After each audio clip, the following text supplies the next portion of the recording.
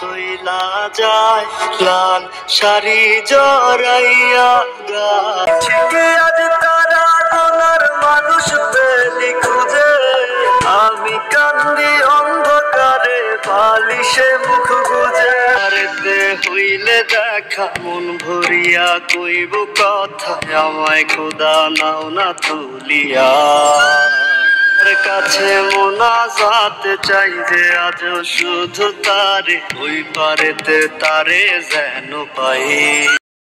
আতিফ আহমেদ নুরের গান কে না শুনে কে না ভালোবাসে। তিনি মানুষের মাঝে স্থান করে নিয়েছিলেন অসাধারণ প্রতিভার মাধ্যমে।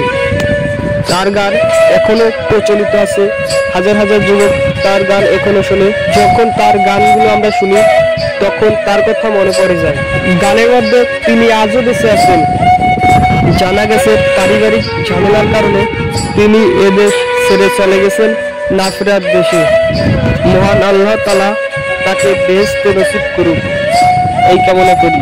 ওই পারেতে ভালো থাকবেন প্রিয় ভাই, আমরা আপনাকে কখনো ভুলতে পারবো না।